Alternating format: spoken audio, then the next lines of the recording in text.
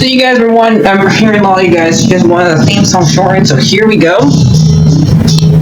This girl reviews movies, games, and books. Sometimes she plays them.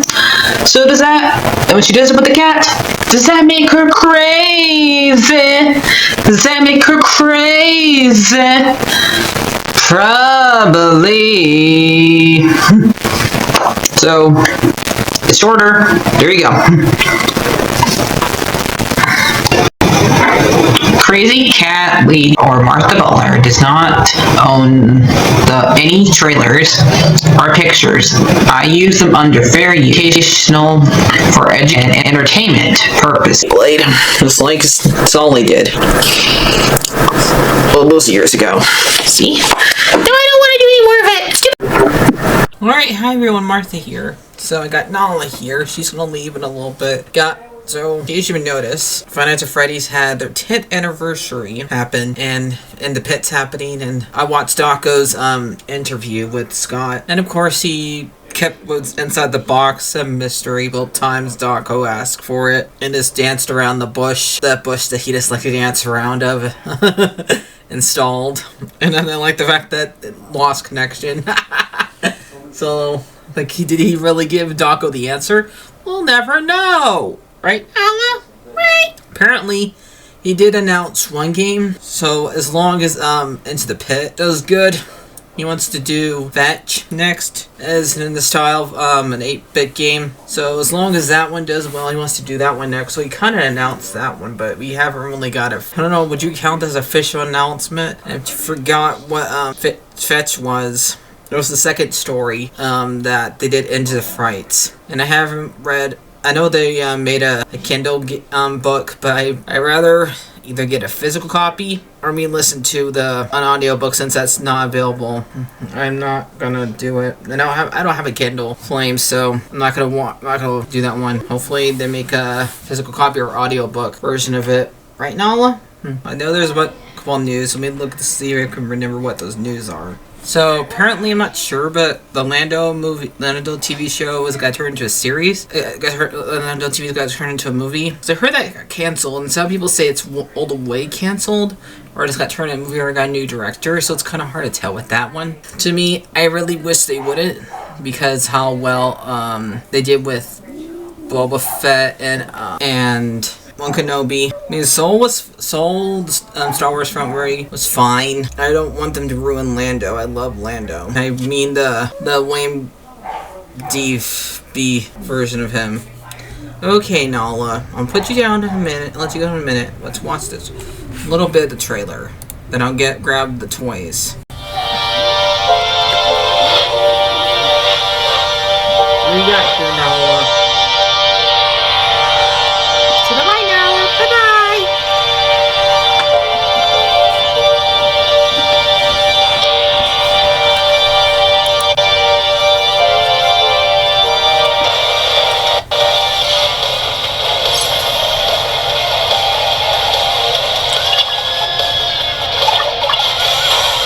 So, let me see. We just saw Freddy and there's Chica. And there's Bonnie up top and Balloon Boy on the bottom. This kind of reminds me a little bit of Crash Team Racing. I know it's supposed to be like Mario Kart. Now I know it's the public plane. That's to Freddy.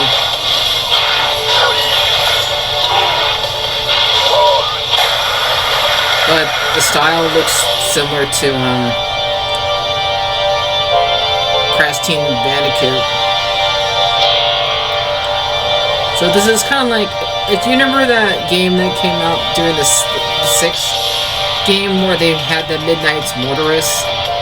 It's like they made that into an actual game. And that comes out on the 7th. Looks like it's, I don't know, looks like it's not going to be for, These books are under $5 at thriftbooks.com. So that trailer looked good. Even though I'm not really into car racing games. It looks fine for what it is. You know, I might give it a try, but if only it's on PS5. No, I'm doing them. It's only on Steam. I'm gonna play Into the Pit when it comes out in 4 days. It's nice to see they're doing Fetch and make Fetch into a game. So you don't remember, Fetch was that dog animatronic. It was kind of like a phone, had like a phone operation thing, and if you like told it to do something, it would go and do it, but it would go a little bit darker than usual. So yeah, so that's basically it. I'm gonna go watch House of Dragon and review that. So I do like this little bit of what we got. So I'll back in a bit. Alright, I'm back. Before I get to talking about House of Dragon, there's one more news that I'm going to talk about, and that is, look at Game Information, gaming journal that, if you go to GameStop, you would get a magazine if you are a part of their membership, and you would see, like, the new games that came out, that are coming out. Apparently that's being closed down. I still get emails, though. I don't know. So, I do want to remember that. I do want to let you guys know about that. That's being closed down. I guess still gonna get emails from them every now and then. We'll see. But I'm gone since where I live now. I have not gone to a GameStop getting one of those magazines in about 2 years. I used to get them when I lived in where I used to live, but not anymore. Let's talk about House of the Dragon's season finale, season 2 episode. And how did it go out, guys? Well, mostly, this is just a repair episode for the battles to come. And let's talk about let's do, like I usually do, pick a character, and what does that character do during this episode? Let's start with Aemon. Aemon, when he found out that Rhaenyra's got 3 more dragon riders, what does he do? He goes and kills a bunch more innocent people who had nothing to do with it. One of his smaller kingdoms, not part of the mainland, but not part of the King's Landing, he burns as a way to say, darn it, I'm gonna die probably because I was an idiot and tried to kill my brother and think that, oh, I can take on my older sister and beat her. And now he goes to his younger sister and asks her to fight when she's not exactly the fighting type, and good thing that their mom was there and to stop them, but he tried to do it again when his mom was not there, and his sister pretty much exposed him for what he did to their brother, and he said that's a lie. He didn't really she said, I know what you did, and he tried to say that's a lie, but she knows that you did it, and he threatened her, and she tells him it will not change a thing. In fact, it would make things worse if you kill her, because then you would be completely alone. So, even though she still said, no, I'm not going to go and kill people, because she's not that type of person, he would still be alone if he kills her. So, that's that ends with him still being alone. And, Aegon gets taken away to, off country by, Hobblefoot, because Rhaenyra is going to come and try to kill him. She says so in this episode that she's going to kill him to Aegar's mom. He said he would cut off his head, even though that he is in the position he's in. He wouldn't be able to fight her in his position. So at the very end of the episode, we see Aegar leaving with Hobblefoot, and one of the Lannisters, Thailand, goes to the pirates and asks them for help. And one of the pirate ladies, who I'm not sure, is she trans or gay? It's hard to tell because they called her, but then she says she has wives, so I'm not sure what she is. So it was very not clear. So sorry if I sound wrong, but it was just a slip of the mouth. And they fought in. I'm not sure this was poop.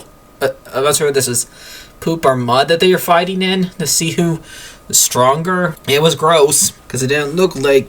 Hey Chuckles, that doesn't look like mud. You guys know what that reference is from. And he ends up winning against her, and they're gonna go fight against the Sea Dragon, which is no longer called the Sea Dragon as a ship. The Queen's Hand named it the Queen Who Never Was after his wife who died. So in honor of her. That was really sweet right there. And finally, Rhaenyra and Daemon decided to make up. Because Daemon went and had a talk with one of the knights that went to go and like tell him that Rhaenyra wants him to come back and help him with stuff.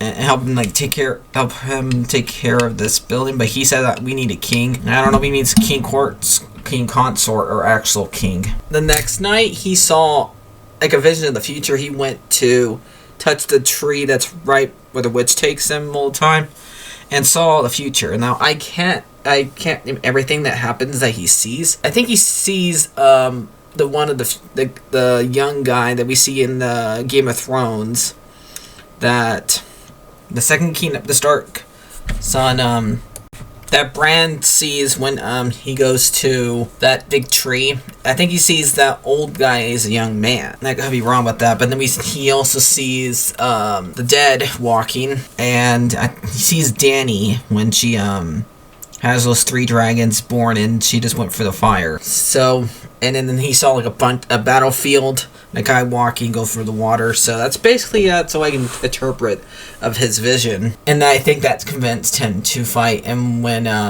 one of the elders comes and brings a piece of paper that came from a raven, showing Rhaenyra goes with Adam to find out what Daemon wants, and he basically apologizes for killing the baby in the best way he can, by bowing down to her and having the army that he has raised for her and have it cheered for her.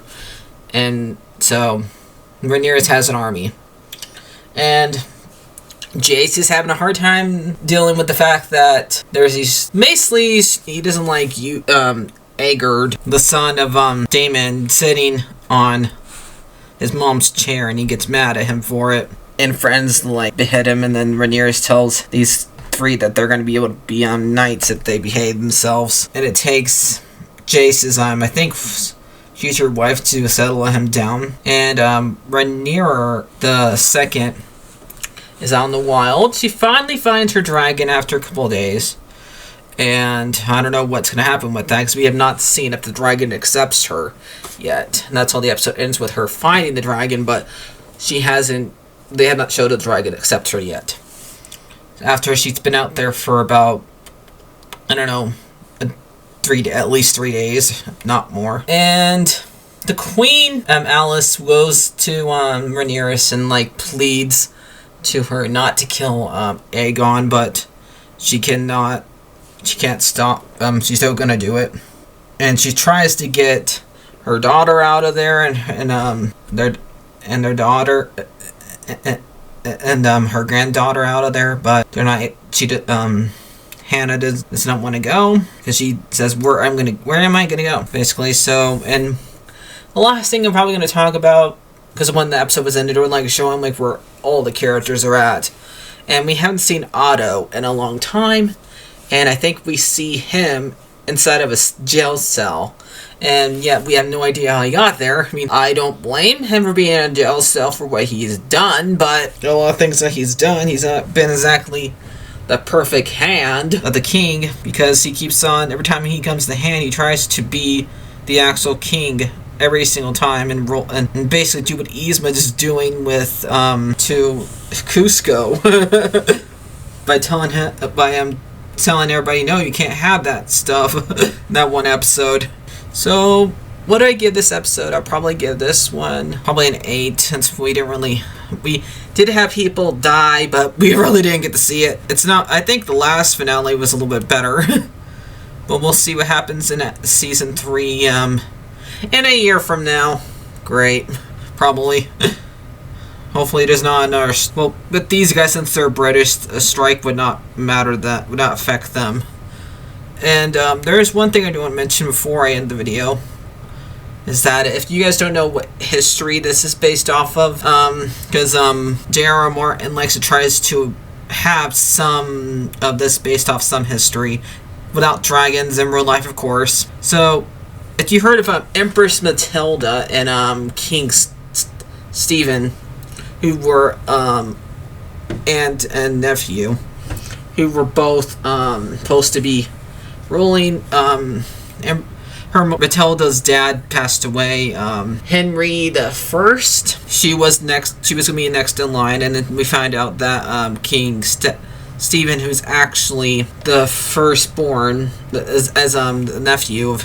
And so, since he's the eldest heir to the throne, that's a male, so he gets to rule. But she still was ruling her own kingdom. That's why she's called Empress Matilda, because she was in charge of French and German before they came French and German.